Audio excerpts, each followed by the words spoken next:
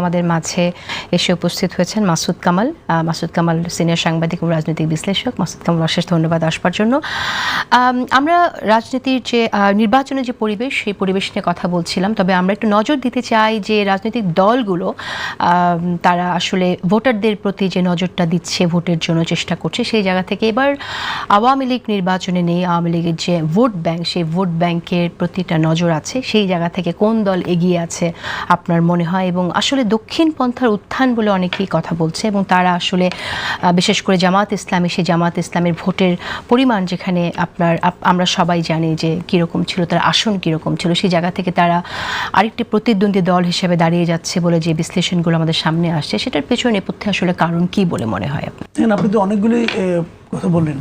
এখানে একটা জিনিস কি, মানে জামাতের আসলে তার কি অবস্থা, এটা এই বর্তমান যে পরিস্থিতি, এই পরিস্থিতিতে বোঝা একটু কঠিন। মানে কি, আপনি যদি আগের হিসাবগুলি ধরেন, আমি জামাতের প্রকৃত শক্তিটা কখন দেখেছি, আমি যদি অভিজ্ঞতার কথা বলি, আমরা কখন দেখেছি? আমরা কখনোই দেখি নাই তারা আসলে কতটুকু শক্তি আছে। তারা 2টা 3টা 15টা 18টা এরকম পায়, কিন্তু কার সঙ্গে থেকে পায় এটা আমি জানি না। আবার ধরেন, আমি যদি খুব ঠান্ডা মাথায় চিন্তা করি, ধরা যাক আমি কথা বলি, ধরুন 2001 সালে তারা 2জন মন্ত্রী পেয়েছিল, পাওয়ার পর তারপর যখন 2008 নির্বাচন, মন্ত্রী পাওয়া মানে কি, মনে করি আমরা যে ক্ষমতায় থাকে কিছু লোককে সুবিধা টুবিধা দেয়, দলের মানে আপনার প্রসার ঘটায়, তো তারপরে 2008 কিন্তু তাদের অবস্থা ততটা ভালো হয়নি। তারপরে তারা বিএনপির সঙ্গে ছিল। তো এই যে অবস্থাটা, কাজে জামাতের শক্তিটা এই মুহূর্তে যেহেতু আওয়ামী লীগ নাই, কাজেই আপনি বুঝবেন না। কিন্তু বাংলাদেশে এখন মানে আগে যখন থাকে, একটা সময় হয় কি, যে প্রধান যে দলটা, সেই দলটা থাকে তার সমর্থক, আর বাদ বাকিগুলি হয়ে যায় তার এন্টি। যেমন এখন হয়তো হবে বিএনপি আবার এন্টি বিএনপি, এরকম কিন্তু একটা হিসাব আপনি যদি করেন, তাহলে দেখবেন জামাত অনেক বড়। কিন্তু জামাত আসলে অত বড় না। আমি আপনাকে কয়েকটা কথা বলি। জামাত প্রথম থেকে ভালোই খেলছিল, তারা শেষ দিকে এসে 2-1টা মানে ভুল তাদের নিচে ভুল পদক্ষেপগুলোর মধ্যে সবচেয়ে বড় ভুল পদক্ষেপ হলো তারা এনসিপিকে সঙ্গে নিছে। এনসিপিকে সঙ্গে নিয়ে তারা একটা মারাত্মক ভুল, ব্লান্ডার আমি বলবো। কেন আপনি মনে করছেন ভুল করেছে তারা? প্রথম কারণ হলো, এনসিপিকে নেওয়ার কারণেই কিন্তু তাদের এখান থেকে বেসিক্যালি ইসলামী আন্দোলন বেরিয়ে গেছে। ইসলামী আন্দোলন কিন্তু অভিযোগ করছে, দেখেন ইসলামী আন্দোলনের যে জোটটা, 11 দলীয় যে জোটটা ছিল, সেই জোটে প্রথম ছিল 5টা দল, ইসলামী আন্দোলন ছিল উদ্যোক্তা, জামাত হলো ওখানে 6 নম্বর দল, ঠিক আছে। তারপরে 3টা দল, এই এনসিপি, এবি পার্টি এবং অলি আহমেদের এলডিপি, এই 3টা যে ঢুকছে এখানে, এটা ইসলামী আন্দোলন জানে না, জামাত নিজ দায়িত্বে ঢুকেছে। কারণ জামাত কেন এনসিপিকে ঢুকাইছে এই কারণে, জামাতের পেছনে ওই লেজের মতো 71 সালটা লেগেই ছিল, ওটাকে ছাড়ছেই না। ওইখান থেকে বাঁচার জন্য সে 24কে জোড়া দিতে চাইছে, যে আমাদের পেছনে 24 আছে 71-এর বিকল্প হিসাবে। এইটাকে আনতে যাই যে জিনিসটা হয়েছে, 24 অগাস্ট মাসে সারা দেশে বিএনপির কিন্তু এক ধরনের চাঁদাবাজির অভিযোগ বিএনপির নেতাকর্মীদের বিরুদ্ধে ছিল। বিএনপি বলেন অথবা বিএনপির নামধারী বলেন, প্রচুর অভিযোগ ছিল, তারা চাঁদাবাজি করছে, গণমামলা করছে, আওয়ামী লীগের লোকজনকে হয়রানি করছে, এই ধরনের একটা অভিযোগ ছিল। ওই সময় জামাত একটা ইতিবাচক ভূমিকা পালন করছিল, এদেরকে এক ধরনের প্রশ্রয় দিয়ে, আশ্রয় দিয়ে, সহানুভূতি দিয়ে করেছে। কিন্তু সেখান থেকে অনেকে মনে করেছিল যে আওয়ামী ভোটগুলি বোধহয় কিছু কিছু ভোট জামাতের বাক্সে যাবে। কিন্তু যেই মাত্র তারা এনসিপিকে নিয়ে নিল, তখন জিনিসটা কী দাঁড়ালো, যে আওয়ামী লীগের যে রাজনীতি এখন স্থগিত, এটা কার জন্য স্থগিত? এনসিপির জন্য স্থগিত, হাসনাত আবদুল্লাহর জন্য স্থগিত, এরাই তো করছে। আপনি বাংলাদেশে যে কোনো একজন আওয়ামী লীগের যে কোনো পর্যায়ে একজন নেতাকে জিজ্ঞাসা করেন যে তোমার সবচেয়ে ক্রোধ, ঘৃণা অথবা প্রতিহিংসা কার ব্যাপারে, সে বলবে এনসিপির ব্যাপারে। সেই এনসিপি যখন জামাতের সঙ্গে মিলে যায়, তখন জামাতের প্রতি মিনিমাম যাদের একটা শ্রদ্ধা ছিল, যে আমরা হয়তো ওদের কাছে প্রশ্রয় পেয়েছি, ওরা গেলে আমরা এক ধরনের সুবিধা পাবো, এই এনসিপিরা। কিন্তু আমরা তো তারপরও জামাত নেতাদের এই কথাটা বলতে শুনছি। আমরা যদি কোট করি একজন জামাতের প্রার্থীকে, তিনি বলেছেন যে আমাদের আপা নেই, এখন তাহলে আমাদেরকে ভোটটা দেন, আপা আসলে না হয় আবার দেবেন না, সেরকম বলেছে। আজকে আমরা দেখলাম নায়েবে আমির, জামাতের নায়েবে আমির সৈয়দ মোহাম্মদ তাহের, তিনি তার নির্বাচনী ক্যাম্পেইন শুরু করলেন। সেই এলাকার তিনি একজন আওয়ামী লীগ নেতাকে মঞ্চে নিয়ে তিনি তার ক্যাম্পেইনটা করছেন। তো আওয়ামী লীগ নেতাদেরকে তো পাশে রাখছে, তারা তো যাচ্ছে। কিচ্ছু আসে যায় না, বললাম তো ভাই, কিচ্ছু আসে যায় না। এনসিপি যেখানে আছে সেখানে আওয়ামী লীগের কোনো ভোট যাবে না, আপনি ওটা লিখে রাখতে পারেন। এনসিপির নিজস্ব কোনো ভোট ব্যাংক নাই। এনসিপির আছে কি কিছু বদনাম আছে, এই বদনামটা জামাত কিভাবে বহন করবে এটা জামাত জানে না। জামাত বললাম যেটা ব্লান্ডার ভাই, এই ব্লান্ডারের কারণে জামাত যতটুকু প্রতিযোগিতা আসতে পারতো সেটা আর পারবে না। ব্ল্যান্ডারটা কি জামাতের? ওই তো বললাম জামাতের ব্লান্ডারটা হলো যে ইসলামী আন্দোলনকে হারানো এবং আওয়ামী লীগের কিছু ভোট পাওয়ার যে একটা সম্ভাবনা ছিল সেটাকেও নষ্ট করা এনসিপিকে সঙ্গে নেওয়ার কারণে। এনসিপির নিজস্ব কোনো ভোট ব্যাংক নাই। আপনি যদি থাকতে, আমি একটা ছোট্ট উদাহরণ দিয়ে শেষ করি 1 মিনিটে। দেখেন এনসিপি তো অনেক বলে ইয়াংদের পার্টি, নতুন তো তারা নতুন ধারা তো না, তারা তো জামাত ধারা, এটা তো বোঝা গেল এখন আর কি। তাহলে ইয়াংদের মধ্যে যে এনসিপির কোনো গ্রহণযোগ্যতা নাই, এটা তো আপনার ছাত্র সংসদ নির্বাচনগুলোতে বোঝা গেল। কোনো একটা জায়গায় তারা তো সেকেন্ডও হয় নাই, জেতা বাদ দেন, তারা তো সেকেন্ডও হতে পারে নাই। তো তাদের সঙ্গে ইয়াংরাও নাই, তো তাদের সঙ্গে কে আছে? কিছু বদনাম আছে, এই বদনামগুলো ছাড়া তাদের আর কিছু নাই। কাজেই ফাহাম আব্দুল সালাম, আপনার মন্তব্য শুনে আপনারও কি তাই মনে হয় নাকি যে এনসিপির শুধু বদনামই আছে? আমার তো মনে হয় যে এনসিপির যারা আসলে সামনের সারির নেতারা, তাদের কিছু গর্বের জায়গাও আছে। তারা গণঅভ্যুত্থানে তারা যে সাহসী ভূমিকা রেখেছিল, সেই জায়গা থেকে কি জামাতের একটি লাভ হয়ে গেল কিনা, যে জামাত আসলে বলতে চাইবে যে গণঅভ্যুত্থানের শক্তি আমাদের সাথে আছে। এবং পাশাপাশি যে কথাটি আসলে মাসুদ কামাল এখানে উল্লেখ করলেন যে ৭১-এর প্রসঙ্গ যদি আমরা আনি, সেই জায়গা থেকে আপনার কর্নেল অলি তাদের সাথে আছেন।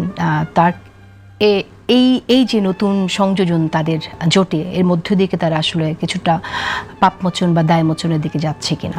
না, মানে আমি ৭১ সালের কথাটা একটু বাদ রাখি। আমি প্রথমে আপনার যে প্রশ্নটা, যে মানে ভোটারদের কাছে অন্তত সেরকম প্রতিমান হবে কিনা, মূলত তো এটা আসলে সম্ভব না। দায় তো আসলে ইতিহাস থেকে সেই দায় যাবে না। কিন্তু আপনার মানে জামায়াতে ইসলামীর যে জোটটা আমি যেভাবে দেখি, এই জোটটা আসলে একটা ইম্পসিবল জোট। কারণ এই জোটের মধ্যে ধরেন আপনি যখন ২০০১ সালে বিএনপি জামাত জোট করেছিল, তাদের কিন্তু একটা কমন এনিমি ছিল এবং কমন অবজেক্টিভ ছিল যে আমি যেভাবেই হোক আওয়ামী লীগকে আটকাবো। এখন এনসিপি কিংবা জামাত দুটো কিন্তু অ্যান্টি বিএনপি পলিটিক্যাল পার্টি না, মানে তাদের কিন্তু আইডিওলজিক্যাল, আমরা তো দেখছি দুটো পার্টি বিএনপির বিরুদ্ধেই তাদের বক্তব্য। ওটা হচ্ছে কি, যারা অনলাইন কর্মী, এই জিনিসটা কিন্তু মাথায় রাখতে হবে যে আপনার ভোটার আর অনলাইন কর্মী দুটো কিন্তু এক জিনিস না। আপনি যদি একজন অ্যাভারেজ জামাতের ভোটারকে গিয়ে জিজ্ঞেস করেন, কর্মী না, যে সে কিন্তু ওই বিএনপিকে ওই লেভেলে ঘৃণা করে না। যার একটা বড় প্রমাণ হচ্ছে শফিক সাহেব নিজে গিয়ে তারেক সাহেবের সাথে গিয়ে দেখা করেছেন। যদি ওই ঘৃণার সম্পর্কটা থাকতে হতো না। সেম গোজ উইথ এনসিপির সাথে। এবং এটা কিন্তু আমি ভালো জিনিসই মনে করি যে বাংলাদেশে আওয়ামী লীগের আমলে যে সমস্যাটা ছিল, যে কোনো সামাজিক কোনো ধরনের সম্পর্কই ছিল না, ওখান থেকে আমরা একটু উপরে উঠতে পেরেছি, এটা বেটার আমার দৃষ্টিতে। কিন্তু কথা হচ্ছে যে আপনার মধ্যে যদি ওই ইনডক্ট্রিনেশনটা না থাকে যে আমাদের সবার কমন এনিমি বিএনপি, তাহলে আপনাকে ভোটটা দিবে কে? কারণ এনসিপি তো ধরেন 30টা সিটে কম্পিট করছে, 270টা সিটে তো এনসিপি নাই। তো ওই 270টা সিটে তো মানে এনসিপির ভোটার আছে, তো তারা কি জামাতকে ভোট দিবে? আমার ধারণা যে খুব অল্প ভোট। আমি ভাইয়ের সাথে একমত যে মানে তাদের কোনো ডেডিকেটেড কোনো ভোট ব্যাংক নাই। এটা তৈরি হবে কারণ তারা একটা নতুন পলিটিক্যাল প্ল্যাটফর্ম, তাদের জার্নি অনেক সামনে পড়ে আছে। তো এখনো তাদের ওই মানে ভোট ব্যাংক নাই। কিন্তু আমি মনে করি না যে এই জোট হওয়ার কারণে যে তাদের মধ্যে একটা ভোট একাট্টা হবে। এবং তাছাড়া চরমনাই পীর সাহেব বেরিয়ে যাওয়াতে আমার কাছে মনে হয় যে জোটের যে ভোটের অঙ্ক, সেখানে জামাতের একটা বড় অসুবিধার সৃষ্টি হতে পারে কিছু কিছু আসনে। তো আমি মনে করি না যে এই জোট, একটা জিনিস মনে করি যে এনসিপির জন্য এটা খুব ক্ষতিকর হয়েছে। এনসিপির যে ব্র্যান্ডিং, সেই ব্র্যান্ডিং এর জন্য এই জোটে যাওয়াটা তাদের ক্ষতিকর হয়েছে। দেখা যাক। এবং যারা যদি ভোটে হারে, আমি মোটামুটি নিশ্চিত যদি এই ভোট নির্বাচনে যদি হারে, 2 সপ্তাহের মধ্যে তারা এই জোট থেকে বেরিয়ে আসবে এনসিপি, আমার অনুমান। এগেইন আমি নট শিওর। নির্বাচনে হারলে তারা বের হয়ে আসলেও কি তাদের যে ভাবমূর্তি সেটাকে তারা ফিরে পাবে কিনা, আমি সেটাও একটু ভাবার বিষয়। মাসুদ কামাল, আপনার কি মনে হয়? না, আমার তা মনে হয় না। নির্বাচনে হারলে এনসিপি জামাতকে ছেড়ে বেরিয়ে আসবে না, বরং তারা জামাত হয়ে যাবে। আমি কারণটা বলি। এনসিপির সবচেয়ে বড় ভয়টা কোথায় জানেন? এনসিপির সবচেয়ে বড় ভয় হলো এখন তারা যেখানেই যায় তারা কিন্তু এই গভর্নমেন্টের এক ধরনের প্রোটেকশন পাচ্ছে। যদি নতুন সরকার যখন আসবে তখন তারা সে প্রোটেকশনটা কার কাছে পাবে? এনসিপিকে কিন্তু কেউ কিছু বলবে না, মানে ছাত্রদল এনসিপিকে কেউ অ্যাটাক করবে না, হিট করবে না, কেউ করবে না। কিন্তু এনসিপির সার্বক্ষণিক একটা ভয় থাকবে যে ছাত্রলীগ যুবলীগ না তাকে অ্যাটাক করে নাকি হিট করে। যখন সেই অ্যাটাকটা তার মধ্যে আসবে, এই ভয়টা যখন তার মধ্যে কাজ করবে, তখন তো সে একটা প্রোটেকশন খুঁজবে। তার প্রোটেকশন কোথায়? এই জন্যই সে কিন্তু মরিয়া হয়ে গেছিল বিএনপির সঙ্গে যুক্ত হওয়ার জন্য। তাদেরকে বিএনপি নেয় নাই। এখন জামাত হলো কি মন্দের ভালো আর কি, এখন কি করবে? তারা একটা বড় গাছ লাগবে, তারা দাঁড়ানোর মতো গাছ, লতার মতো লতে পাতে উঠতে চাচ্ছে আর কি। এখন সেটা বিএনপি নাই, অগত্য জামাত। এখন যখন দেখবে জামাত বলবে তুমি তো আমার নির্বাচনী জোট ছিলা, তখন বলবে ঠিক আছে ভাইয়া, আমি তাহলে জামাতে জয়েনই করলাম, মায়ের কোলে উঠে পড়লাম, কোনো সমস্যা নাই। এবং এটা তাই হবে, এনসিপি আলাদা হওয়ার চেষ্টাই করবে না। আপনি যেটা বলেন এটা থিওরির কথা, বাট বাস্তবতা হলো এইটা। ওরা তো জানে ওদের কি অবস্থা, ওরা এটাও জানে যে যদি মানে একটা স্বাভাবিক পরিবেশে তার কোথায় যাবে। আপনি আমাকে একটা উদাহরণ দিয়ে বলেন। আমার কথা হচ্ছে যে বের হয়ে যেতেই বা হবে কেন? যদি তার হেরেও যায় তবু তো তারা উচ্চ কক্ষে যাওয়ার একটা থাকছে সেই জায়গা থেকে। এই যে আসিফ মাহমুদ সজীব ভুঁইয়া, ঠিক আছে, এই সরকারে যারা আছে, সরকারের বাইরে যারা আছে, মানুষ যারা আছে, মানে তাকে নিয়ে যে পাবলিক পারসেপশনটা, হয়তো সে খুবই সাধু মানুষ, হয়তো সে মসজিদ ইমাম হওয়ার যোগ্য হতে পারে, আমি জানি না, কিন্তু তার ব্যাপারে যে পাবলিক পারসেপশনটা, এখানে আপনি একটা ভালো জিনিস দেখান তো, একটা পয়েন্ট তো, তার বাইরে যাইতে হবে না, তার ঢাকা শহরে হাঁটতে হবে না, কোথায় যাবে সে? দেশের বাইরে যাবে? এই যে আওয়ামী লীগের লোকজন যারা দেশের বাইরে আছে, খুব বুক ফুলে আছে, বুক ফুলে আছে না, ওখানেও তো বাঙালি আছে না, বাংলাদেশের লোক আছে না, তারা তো লুকায় চুরে হাঁটে। তো এই বিষয়গুলো কিন্তু মাথায় রাখতে হবে ভাই। তাদের এখন একটা দরকার সাপোর্ট, যার ছায়ার নিচে সে হাঁটবে, এবং সেই জায়গাটা তারা জামাত ছাড়তে চাইলেও সে ছাড়তে চাবে না। কম্বলের মতো আর কি, যে কম্বল তো আমার সারে না, ওরা অবশ্যই জামাতের জন্য কম্বল, যে না ভাই আমারে তুমি ছাড়ো না। আপনি মনে করছেন যে সেফটির দিক থেকে চিন্তা করে, নিরাপত্তার দিক চিন্তা করে তারা ছাড়তে পারবে না? আমরা ভাবতে চাই না যে বাংলাদেশের পরিস্থিতি এরকম হোক যে তার সেফটি চিন্তা করে কোনো বড় দলের আশ্রয় প্রয়োজন হোক। এটা তো তাদের কৃতকর্মের কারণে। ওকে, আমি অবশ্যই একমত না। আমি at any cost they are my brothers, এবং তারা আমাদের সহযোদ্ধা। আমি বিএনপির বলেন, জামাত বলেন, whatever they have done, 5ই আগস্ট আমাদের ডিফাইনিং মোমেন্ট, রাইট। এবং এই 5ই আগস্টের ডিফাইনিং মোমেন্টে যারা আমাদের সাথে ছিল তারা আমাদের brothers for ever. And Chhatra League বলেন, যুবলীগ বলেন, আওয়ামী লীগ বলেন, তারা যদি আমাদেরকে আক্রমণ করে, উই আর স্টিল টুগেদার। তাদের রাজনীতি এক সাইডে, আমি এনসিপির রাজনীতির সাথে একমত না, কিন্তু উই আর ব্রাদার্স। এবং আমি এই কথা বলতে পারি যে যতদিন জীবিত আছি, যে এই 5ই আগস্টের ডিফাইনিং মোমেন্টে যারা আমাদের সাথে ছিল তাদেরকে আমরা ছাড়বো না। নিশ্চয়ই তাই।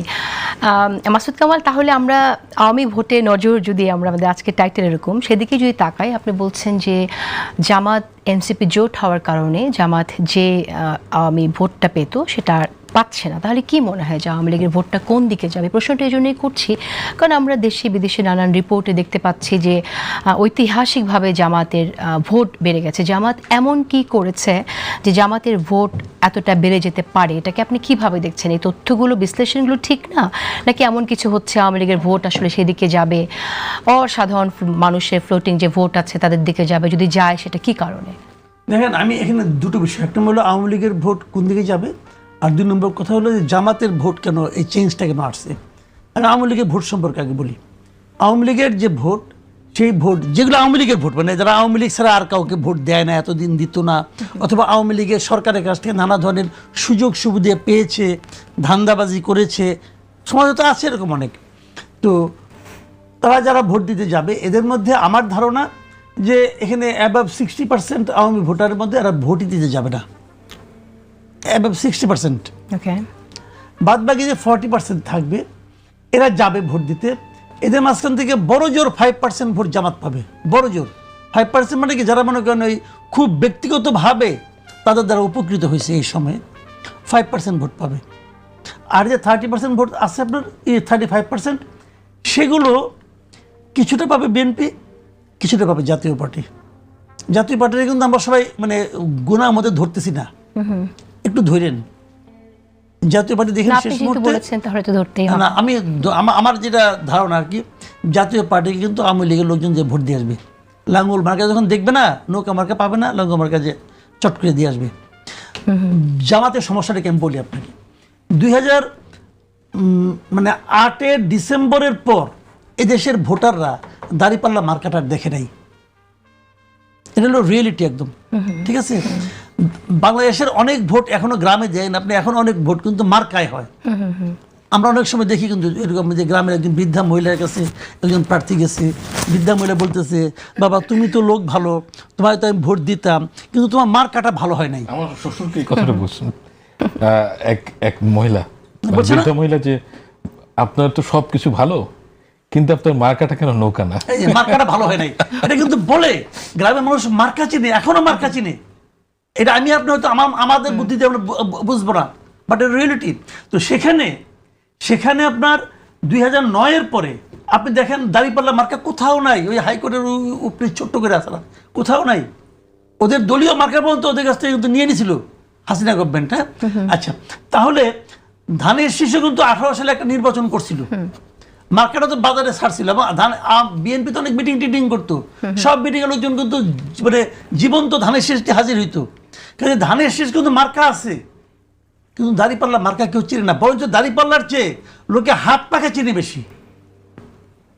যে কারণে অনেকে বলে না যে দাঁড়িপাল্লা মানে জামাতের যত কর্মী তত ভোট, যত কর্মী তত ভোট, নির্বাচন জিততে পারবে না। জামাত ইসলাম যেভাবে প্রচার করছে, সেই প্রচারটা দেখে মনে হচ্ছে তারা প্রত্যন্ত অঞ্চলে অনেক প্রচার করছে। আমরা সেই প্রচারের পদ্ধতি নিয়ে আমরা হয়তো সমালোচনা করতে পারি, সেটা আসলে আইন সিদ্ধ কিনা, নির্বাচন আইনের আওতায় সেটা পড়ে কিনা, কিন্তু প্রচার তো করছে, সেটা আমরা দেখছি। জামাত প্রচার করছে। আমি আপনাকে একটা এক্সাম্পল দিয়ে বলি, কিছুদিন আগে, আজকে থেকে ধরেন আপনার দিন 15 দিন আগের কথা বলতেছি আমি, আমাকে জামাতের একজন নেতাই বলছে যে সারা দেশের যত বাড়ি আছে সেই বাড়িগুলিতে তাদের একবার করে যাওয়া হয়ে গেছে, তারা নির্বাচনের আগে 3 বার যাবে, প্রত্যেকটা বাড়িতে তারা একবার নক করছে। আমি যাই না, আমার পাশে যায় না, উনি বলেছেন যেটা, আমি ওনার কথা বললাম, এবং বলার সময় ওনার মধ্যে আমি যে মানে আত্মবিশ্বাসের যে লেভেল দেখছি, আমি নিজে একটু বিস্মিত হয়েছি। কিন্তু আবার আমার শ্বশুরবাড়িতে গেছে, আমার শ্বশুরবাড়ি হলো আপনার বগুড়ায়, বগুড়া সারিয়া কেন্দ্রে, ওই বাড়িতে ওনারা বহুবার গেছেন, ঠিক আছে। কাজে একদম আমি ঢাকা শহরে তো যাই নাই, কিন্তু গ্রামের দিকে গেছে রে ভাই, গ্রামের দিকে ওই জামাতের মহিলারা বিশেষ করে গেছেই, ওনারা কিন্তু মহিলাদের মধ্যে অনেক কাজ করছে। বিষয়টা কিছু জানেন, এই যাওয়া না আসা কিছু যায় আসে না। আমি বহুবার, আমি নিজের জীবন দিয়ে বলি আপনাকে, বহুবার আমি দেখছি যে এই ইলেকশন হয় না, যে আপনাদের সংগঠনের ইলেকশন হয়, ডিআরইউ প্রেস ক্লাব ইলেকশন হয়, তো আমার কাছে অনেকে গেছে, ভোট চাইছে, আমি বলছি তোমাকে ভোট দিব, অমুক দিব, তমুক দিব, শেষ পর্যন্ত যাই দেখছি কি যে আমি বুঝি না কারা কারা জানি দিয়ে আসছি, পরে থেকে করে দিই নেই, কথা রাখেননি। আমি একটা শিক্ষিত মানুষ, আমি তো লেখাপড়া করছি, তাই না? তো আমার তো ভোলা উচিত ছিল না, তো আমি শেষ পর্যন্ত দিই নাই। পরে আমি চিন্তা করছি এটা আমি কি কারণে করলাম। তো ওইটা হয় কি যে আগে কে আগে গেছে, কে পরে গেছে, এটা হচ্ছে ম্যাটেরিয়াল। ভোটের সিদ্ধান্তটা হয় শেষ মুহূর্তে, একদম শেষ মুহূর্তে। আর এটা একটা জ্বরের মতো, বাংলাদেশে ভোটিং সিস্টেম না, এটা হুজুগের মতো, কর্মীরা ছাড়া শেষ মুহূর্তে হুজুগ উঠে যায়, সেটা বলা যায়, ওখানে চলে যায়। আপনি একটা জিনিস লক্ষ্য করেন, আমি কিন্তু জামাতকে আন্ডারমাইন করতেছি না, জামাত একটা অবশ্যই একটা মানে বড় শক্তি, কিন্তু ওই হুজুগ তোলার মতো ক্যাপাবিলিটি তাদের আছে কিনা আমার সন্দেহ। হুজুগটা কিন্তু মানে খুব লজিক দিয়ে ওঠে না। কিন্তু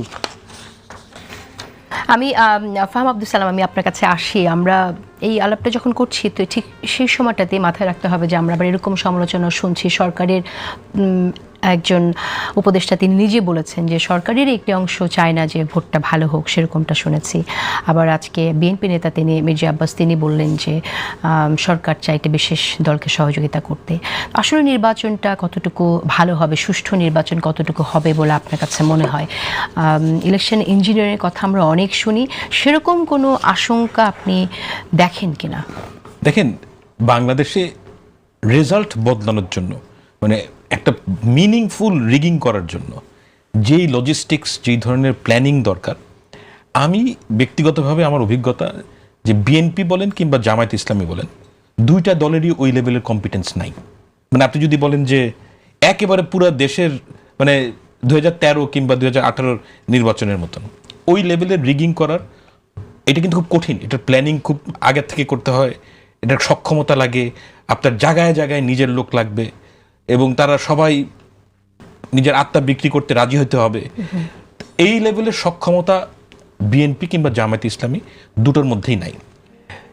এবং দ্বিতীয় যে কথা সেটা হচ্ছে যে বিএনপির একটা ভেস্টেড ইন্টারেস্ট আছে, যেহেতু তারা যে কোনো পোলিংয়ে বিপুলভাবে এগিয়েছে, তাদের যে ভয় সেটা হচ্ছে যে কোনো জায়গায় যদি কোনো উৎসাহী লোক যদি বিএনপির পক্ষে রিগিং করে, এবং এটা যে হতে পারে এই সম্ভাবনা উড়িয়ে দেওয়া যায় না। কারণ বাংলাদেশে আসলে অনেক ক্ষেত্রে আমার নিজের অভিজ্ঞতা বলে যে পার্টি লিডারশিপ কিছু বলে না, কিন্তু লোকাল যেই লোকটা কাজ করছে সে ভয় পায়।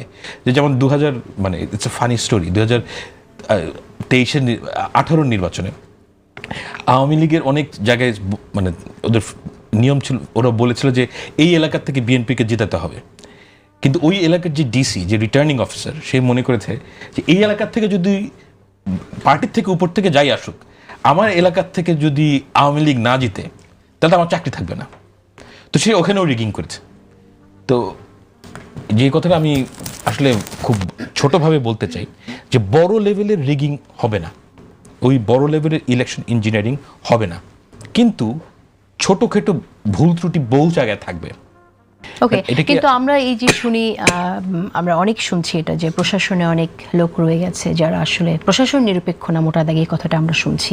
তাহলে আমরা কি করে বুঝবো? আর এই তো অভিযোগ আছে যে সুপ্ত থাকার অভিযোগ, কে সুপ্ত হিসেবে কার এজেন্ট, সেটা কিভাবে আসলে দ্যাট ইজ ট্রু। মানে আমি মানুষের যে প্রচেষ্টা নাই সেটা বলছি না, প্রচেষ্টা আছে, কিন্তু আপনার প্রচেষ্টা থাকলেই সাধারণ মানুষকে আপনি আটকাতে পারবেন না। মানুষের 5ই আগস্টের পরে একটা সচেতনতা সৃষ্টি হয়েছে, সে ভোট দেওয়ার জন্য উন্মুখ হয়ে বসে আছে। এই যে তার যে নতুন কনসিয়াসনেস, সেইটার এগেনস্টে আপনি একটা ছোট্ট কেন্দ্রে যেতে পারেন, কিন্তু পুরো দেশে এই ধরনের ইঞ্জিনিয়ারিং করা আমার কাছে মনে হয় না সম্ভব। ওকে, মাসুদ কামাল, আমি আপনার মন্তব্য শুনতে চাই। সুপ্ত গুপ্তর এই অভিযোগ থেকে আমরা কি করে বের হব? অভিযোগ না তো, গুপ্ত তো আছে। আপনি আমাকে বলেন যে আওয়ামী লীগের মধ্যে জামাতে শিবিরের লোক ছিল না? ছিল তো। আচ্ছা, আপনি একটা কথা মনে আছে কিনা আমি জানি না, ওই সময়ে যখন নাকি সাদিক ক্যাম্প বের হলো যে সে জামাতের সভাপতি, ফরহাদ সেক্রেটারি ঢাকা ইউনিভার্সিটি যখন বলা হলো, তখন ছাত্রদলের সভাপতি রাকিব একটা কথা বলছিল। সে বলছিল যে বিগত 15 বছরের জামাতের কমিটির নামটা আমরা একটু দেখতে চাই। Fair question. এবং এই কোশ্চেনটা বলার পরে জামাতের পক্ষ থেকে কি বলে, সাদিক ক্যাম্প কি বলছে, আমার নেতাকর্মীদের সবাইকে বলছে আপনারা ধৈর্য ধারণ করেন। এটা কি ওই প্রশ্নের উত্তর হইল? হইল না। তাহলে তারা নামগুলি বললো না কেন? বললো না এই কারণে 15 বছর আগে শিবিরে যে সভাপতি, সে হয়তো এখন বিএনপি অথবা আওয়ামী লীগের বড় কোনো পদে আছেন। কারণ উনি তো ছাত্রলীগের পরিচয় ছিলেন, ওনারা তো ছাত্রলীগের পরিচয় ছিলেন। ছাত্রলীগের পরিচয় থাকলে কোথায় যাবে? ওদিকে যাবে, অথবা বিএনপিতে কেউ হতো।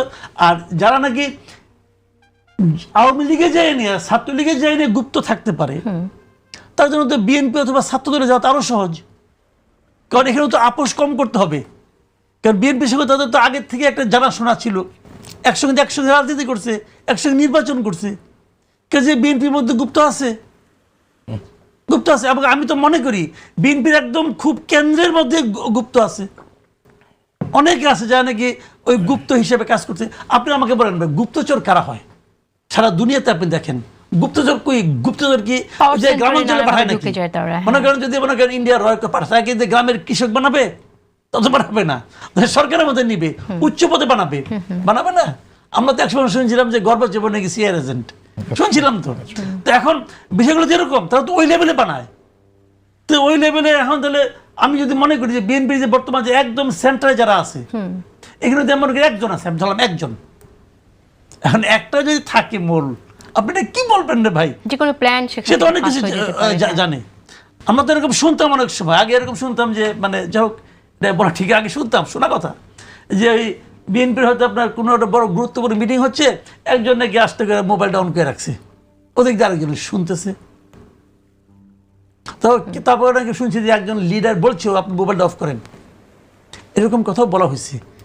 এগুলি শোনা কথা, না, এটা আমরাও শুনেছি। একদম একদম হাওয়ার উপর বলতেছে। জন্য ফাহাম আব্দুল সালাম, আমি আপনার কাছে আসি, যে কথাটি আসলে মাসুদ কামাল বলছিলেন যে বিএনপির ভেতরেও জামাতের গুপ্ত নেতারা আছেন, এটা আসলে তাহলে বিএনপির কি করা উচিত বলে আপনি মনে করেন? সেক্ষেত্রে দেখেন বিএনপি কি করে এই গুপ্ত সুপ্তকে আইডেন্টিফাই করবে? ওইটা একটু পাশে রাখি। মানে আমার কাছে মনে হয় না, হাসি লাগে আমার কাছে যে জামাতে ইসলামীর অ্যাক্টিভিস্টরা মনে করে যে গুপ্ত থাকাটা খুব কৃতিত্বের বিষয়। আসলে এটা ভীষণ কাপুরুষের কাজ প্রথমত। দ্বিতীয়ত হচ্ছে গিয়ে যে বাংলাদেশের রাজনীতিতে সবচেয়ে বড় মার্কার কি, সেই মার্কারটা হচ্ছে গিয়ে এই সমাজে যারা প্রতিষ্ঠিত মানুষ তারা তাদের নাম লেন্ড করবে কিনা, অর্থাৎ যারা অলরেডি প্রতিষ্ঠিত হয়ে আছেন তারা আপনার কজে সামনে আসবে কিনা। আমরা জামাতি ইসলামের ক্ষেত্রে আমি যে জিনিসটা দেখি যে যারা আগের থেকেই জামাতি হয়ে আছে, বিভিন্ন জায়গায় চাকরি টাকরি করছেন, তারা সামনে আসেন, কিন্তু কোনো নতুন মানুষ তাদের নাম লেন্ড করেন না। কেন করেন না? কারণ জামাত ইসলামী নামটার সাথে একটা ব্যাপক রকমের স্টিগমা আছে। এই স্টিগমা কাটানোর তারা চেষ্টা করছে, এবং তাদের যেই মূল অস্ত্র সেটা হচ্ছে ন্যারেটিভ ওয়ার। এবং ন্যারেটিভ ওয়ারে তারা দেখেন এটা একটা চলমান বিষয়, এবং নির্বাচনের আগ পর্যন্ত বোঝা যাচ্ছে না। নির্বাচনের পরে আপনি বুঝতে পারবেন যে আসলেই ন্যারেটিভ ওয়ার কতটা কাজে দিয়েছে অথবা দেয় নাই। আমি ব্যক্তিগতভাবে নির্বাচন জেতার জন্য ন্যারেটিভ ওয়ারকে খুব বেশি গুরুত্বপূর্ণ মনে করি না, কারণ এটার লিমিটেশন আছে। যে ডোর টু ডোর গিয়ে ভোটারকে ইন্টারঅ্যাক্ট করতে পারে, যারা লেগ ওয়ার্ক বেশি করবে তারাই নির্বাচন জিতবে বলে আমার ধারণা। আর আপনি যেটা বললেন যে বিএনপির ডোর টু ডোর যারা যাচ্ছে তারা যে ন্যারেটিভ ওয়ার্কে পারসু করবে না, সেখানে নিয়ে যাবে না, সেটাই বা আমরা কেন ভাবছি না? ওইভাবে বাংলাদেশের মানুষ ভোট দেয় না। বাংলাদেশের সাধারণ মানুষ কোনো ন্যারেটিভ দিয়ে ভোট দেয় না। সে দেখে যে তার এলাকার শক্ত প্রার্থীকে, হয়তো ঢাকার কিছু প্রার্থী এভাবে দেখতে পারে, কিন্তু বাংলাদেশের সাধারণ মানুষকে আমি দেখেছি তাদের চাওয়া হচ্ছে গিয়ে অ্যাবসলিউটলি কনফিডেন্ট অ্যাবাউট ইট, আমি 20 বছর ধরে দেখছি তাদের চাওয়া হচ্ছে গিয়ে মেজরিটি অফ ভোটার্স আমার ইমিডিয়েট প্রবলেমের সলিউশন কে দেবে, এখানে একটা ব্রিজ কে বানায় দিবে, এখানে চাকরি কে দেবে। তো এই যে চাকরি দেওয়ার যে কাজটা, এই প্রতিশ্রুতিগুলো তো আসলে সব দল থেকেই সবসময় যারা প্রার্থী তারা দেয়, এক গাদা প্রতিশ্রুতি তৈরি করে সামনে নিয়ে আসে। বাংলাদেশের সাধারণ মানুষের একটা অ্যাসেস করার ওয়ে আছে, সেটা হচ্ছে কি যে কোন লোকটা লোকালি প্রভাবশালী লোক। এবং এই জিনিসটা আপনি যখন প্রি নির্বাচন যখন সার্ভে করা হয়েছে তখন আমি স্পষ্টভাবে দেখেছি যে এই যে মানুষের একটা ধারণা আছে যে পলিটিক্যাল পার্টিগুলো কেন মানে ইমামদেরকে দেয় না আর কি, নমিনেশন দেয় না। বাংলাদেশের মানুষ ইমামদেরকে চায় না, এইটা হচ্ছে কি বাস্তবতা। বাংলাদেশের মানুষ ওই মানে বিশাল ভালো মানুষদেরকে ক্ষমতায় চায় না। তারা যেটা চায়, আমি নিজের চোখে যেটা দেখেছি, সেটা হচ্ছে গিয়ে ওই এলাকার একদম ক্ষমতাশালী এবং প্রভাবশালী নেতা যিনি আগের থেকে স্ট্যাবলিশড। এবং এই যে চাওয়া, আমার কাছে মনে হয় না যে তারা ন্যারেটিভ দিয়ে খুব বেশি সোয়েড হয়। ন্যারেটিভের থেকে অনেক বেশি জরুরি ব্যাপার হচ্ছে এমন লোককে নমিনেট করা যিনি লোকালি, যার আগের থেকে প্রভাব রয়েছে। এবং এটা একটা চমৎকার ব্যাখ্যাও আছে। ধরেন আপনি যদি 15 বছর ধরে রাজনীতি করেন, বাংলাদেশের যে রাজনীতির ধরন, আপনার ওই লোকাল এলাকার অনেককে চাকরি দেবেন, অনেকের চিকিৎসা করাতে হবে আর কি আপনাকে। এই কাজগুলো করে আপনার একটা নেটওয়ার্ক তৈরি হয়। এই নেটওয়ার্কটা আপনি 10 মাসে এসে কোনোভাবেই রিপ্লেস করতে পারবেন না।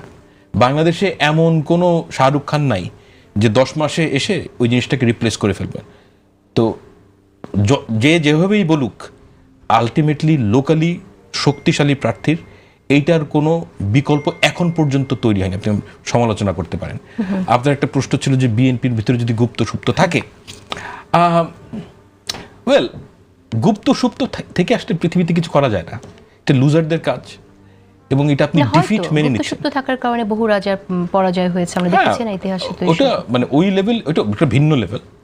ওইটা একটা স্পেসিফিক অপারেশনে আপনার গুপ্ত সুপ্ত থেকে লাভ আছে, শাসকেরা ফেল করে, সেটাও হয়। মানে আপনি নিজেকে কতটা ডিমিন করছেন যে আপনাকে লুঙ্গির তলায় লুকায় থাকতে হয়, তাই না? মানে এটা বীর পুরুষের আর মুসলমানের সাথে যায়ই না। তো এই যে ধোকা দেওয়ার রাজনীতি, এগুলাকে আমি কখনোই গোনায় ধরি না। এগুলা খুবই লো লেভেল পিপল।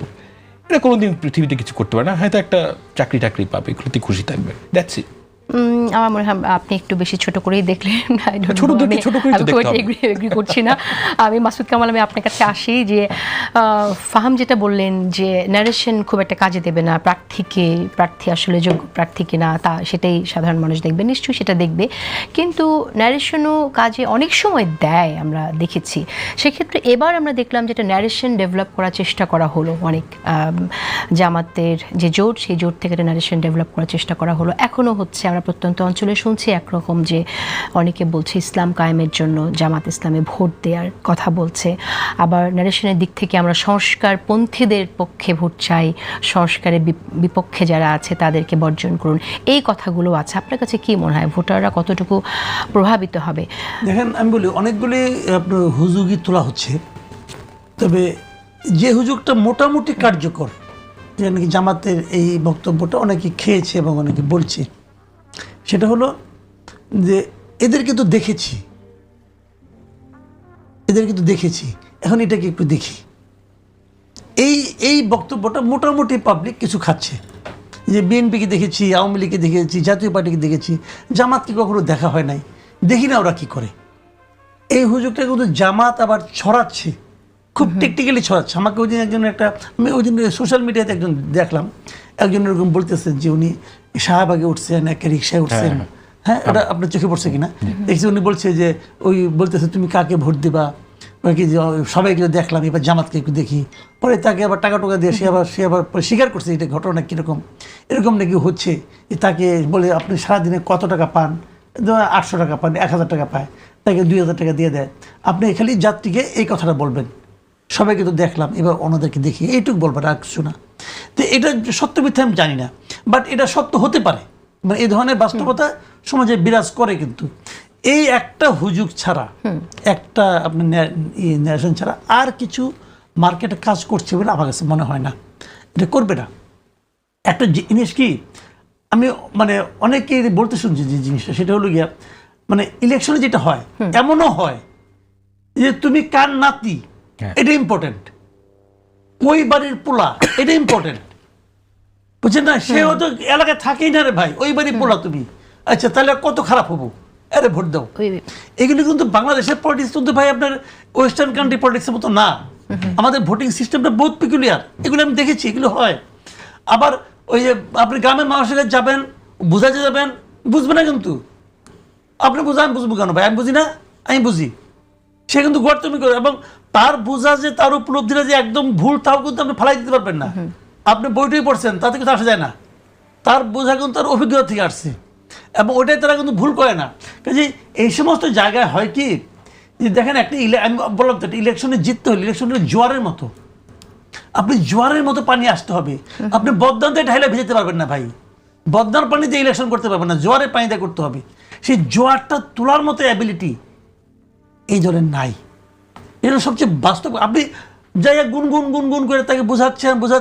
আমি একটা ঘটনা জানি, এক ফ্যামিলির কথা, যে প্রথম মহিলারা গেছে, যে তাদের বুঝাইছে, বোঝানোর পরে তারপরে এখন সে বিরক্ত, ওইকে আইসে নিয়ে আবার আমাদের কাছে খাবার চায়। এক ভদ্র মহিলা বলতেছেন আমাকে, ওইকে কি মিটিং টিটিং করে মহিলাদের নিয়ে আসে, ওইকে কিছু একটা নাস্তা পানির ব্যবস্থা করেন। তো এটা আমি কেন করব বলতেছে। আবার কদিন পরে নাকি টাকা পয়সাও চায়, আবার এরকম মানে সার্ভিস দিচ্ছে। এরা চাচ্ছে ওদের সঙ্গে একাত্ম হওয়ার জন্য, আর যার কাছে যাচ্ছে সে তো এটাকে একাত্ম ফিল করতেছে না। এটা অন্যরকম বিষয় কিন্তু এটা।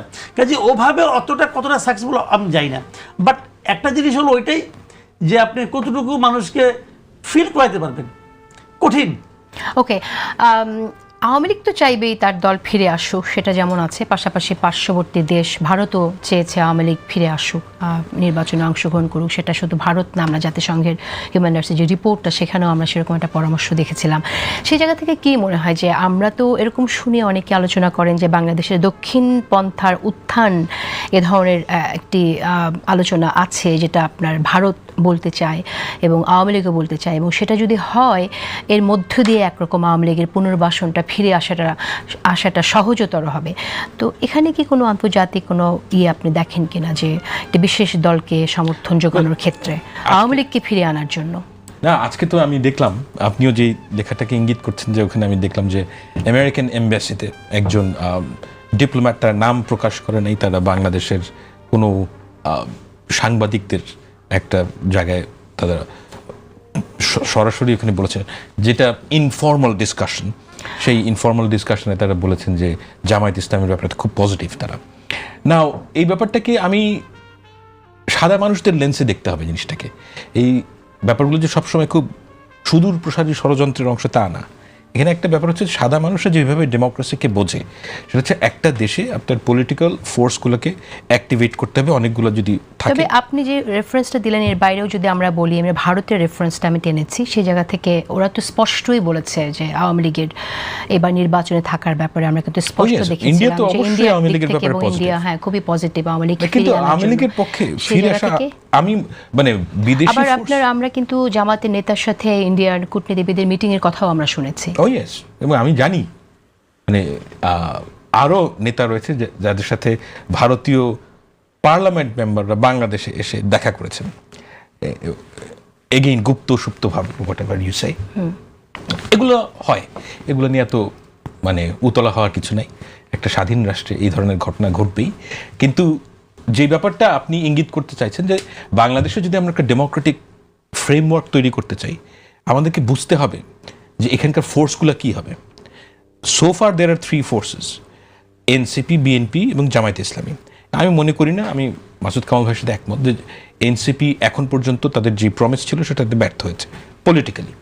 তো বিএনপি এবং জামায়াতে ইসলামী যদি এই ফোর্স না থাকে, আপনি যদি একজনকে রাজনৈতিক ডানপন্থার উত্থানের আটকাতে গিয়ে যদি জামায়াতে ইসলামীকে আপনি সাপ্রেস করেন, এইটা দেশের জন্য ভালো না।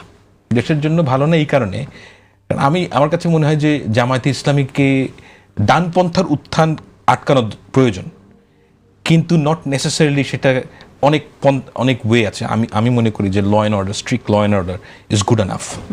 কিন্তু পলিটিক্যাল রিটোরিক দিয়ে যখন আপনি ডানপন্থাকে মোকাবেলা করতে গিয়ে জামায়াতে ইসলামীকে ডিলেজিটিমাইজ করবেন, এটার যেই সুদূর প্রসারী ইফেক্ট সেটা ভালো হবে না। কারণ আমরা অলরেডি আওয়ামী লীগ নামক দলটাকে মনে করছি যে ওই নামে অ্যাটলিস্ট সে পলিটিক্স করতে পারবে না। কারণ সব ফ্রন্টে শত্রু বানায় দেশ এক অকার্যকর দিকে যাওয়া, এটা কোনো বুদ্ধিমানের কাজ না। Let's commit to the system, এবং এই সিস্টেমের মধ্যে কিছু ফান্ডামেন্টাল আমাদের একমত হতে হবে। এই বিষয়গুলো একমত হতে হবে। জামাতকে রেগুলার পলিটিক্স করতে দিতে হবে। তারা যদি এই গুপ্ত না, আমি বলছি ফার রাইটের পলিটিক্স করে, আই এম কনফিডেন্ট বাংলাদেশের মানুষ এক্সট্রিমিস্ট না বাই নেচার। আপনাকে অনেকভাবে গালি দিতে পারেন, কিন্তু সে ওই চরমপন্থার রাজনীতিকে, এটা খুব ছোট্ট একটা ফোর্স এই কাজটা করতে চায়, এবং তারা কিন্তু খুব একটা সফল হয় না। বাংলাদেশের রাজনীতি tends to centre around the middle, তো ওই দিকেই আসবে। এবং বিএনপিকে আমি একটা কথা বলি যে তাকে সেন্টারটা ধরে রাখতে হবে। তারা যেন এই জামায়াতে ইসলামের প্রলোভনে পড়ে ফার রাইটের দিকে চলে না যায়। সেন্ট্রিস্ট পলিটিক্স একটা নির্দিষ্ট ধরনের পলিটিক্স, এই পলিটিক্স করার জন্য সেন্ট্রিস্ট পলিটিক্স মানে এই না যে আপনার কোনো আদর্শ নাই। সেন্ট্রিস্ট পলিটিক্স সবাইকে সাথে নিয়ে যে রাজনীতি তারা করতে চাইছে সেটাই। আমরা এই যে জামাতের অনেকের কথা শুনে যে এনআইডি কালেক্ট করার কথা আমরা শুনছি, এই বিষয়টা আমি মাসুদ কামাল আপনার কাছ থেকে একটু জানতে চাই যে এটা তো আসলে এনআইডি কালেক্ট যে করছেন তারা, আমরা শুনতে পাই এটা তো তারা আসলে করতে পারেন না, এটা তো আসলে একটু খুবই ব্যক্তিগত তথ্য। তো এই অভিযোগটা আসছে সে জায়গা থেকে আপনার কি মনে হয় যে এটা নির্বাচন কমিশন তো এগুলো আসলে খতিয়ে দেখা দরকার? আমরা কিন্তু সেই উদ্যোগটা দেখছি না নির্বাচন কমিশনের। এমনকি যে তালিমের কথা আমরা শুনি যে তালিম দিতে গিয়ে যা ভোট চাইছেন যারা যাচ্ছেন, জান্নাতে যেতে হলে জামাত ইসলামকে ভোট দেয়া, এটাও তো আসলে নির্বাচনী আইন লঙ্ঘন, ধর্মীয় অনুভূতিকে ব্যবহার করে যে ক্যাম্পেইন। তো এই জায়গাগুলোতে নির্বাচন কমিশন একদম চুপ হয়ে আছে কেন? এর বাইরেও ধরেন অন্যান্য দল, এমনকি বিএনপিরও 2-1 বিরুদ্ধে ধরেন অভিযোগ আছে যে তারা নির্বাচনী আইন মানছেন না। সে জায়গায় আমরা নির্বাচন কমিশনকে কোনো উদ্যোগে নিতে দেখছি না। প্রথমত হলো তামিলটা তাদের এটা পলিটিক্যাল স্ট্র্যাটেজি হতে পারে, এটা নিয়ে আমার কোনো বক্তব্য নেই। কিন্তু আপনার এনআইডির তথ্য নেওয়া, এটা তো আসলে অন্যের, এটা তো তার ব্যক্তিগত তথ্য, এটা আপনি নিতে চাইতে পারেন না। তো এরকমভাবে দেখলেও অনেক অনিয়ম হচ্ছে, অনেক কিছুই হচ্ছে। বাট আমাদের নির্বাচন কমিশনের কোনো হেলদোল আপনি দেখছেন না, না দেখে হতাশ হওয়ার কিছু নাই। হতাশ হওয়ার কিছু নাই মানে আমি এই নির্বাচন কমিশনকে আমার বিবেচনা এটা একটা অথর্ব, অযোগ্য এবং অনভিজ্ঞ এই একটা নির্বাচন কমিশন আমরা পেয়েছি, এদের কোনো অভিজ্ঞতা নেই, জীবনে কোনোদিন কোনো নির্বাচন পরিচালনা করে নাই। তাদেরকে আপনি মানে বাংলাদেশের ইতিহাসের সবচেয়ে জটিল নির্বাচনটা পরিচালনার দায়িত্ব দিয়েছেন। তাদের কোনো অভিজ্ঞতাও নাই এবং তারা অযোগ্য। এবং অযোগ্য কী হবে সেটা আমি বলি আপনাকে। একজন লোক আজকে থেকে 15 বছর আগে রিটায়ারমেন্টে গেছে রে ভাই, 15 বছর আগে। এই তাকে রিটায়ারমেন্টে পাঠালেন কেন? আপনি এই কথা না জবাব দেন। সরকার তাকে অবসরে পাঠালো কেন? এই কারণে পাঠালো যে সরকার মনে করেছেন ওনার মেধা হয়তো বা আছে অথবা অন্য কিছু আছে, বাট উনি ফিজিক্যালি ওনার মেধার সঙ্গে ওনার শারীরিক কর্মকাণ্ড উনি সিনক্রোনাইজ করতে পারবেন না। এমন একটা বয়সে সে পৌঁছে গেছে। এক সময় আমি অনেক কিছু পারতাম, হয়তো এখনো মনে করি আমি পারবো, কিন্তু আমার শরীর সেটাকে সায় দিবে না। এটাই প্রকৃতির নিয়ম। ওনাকে বিদায় করছে, তারপরে 10-15 বছর ধরে উনি কিছুই করে না। তারে আইনা আপনি মানে দেশের সবচেয়ে কঠিন কাজটার মধ্যে বসাই দিলেন হাতে ধরে আইনা। তো সে কেমনে করে করবো?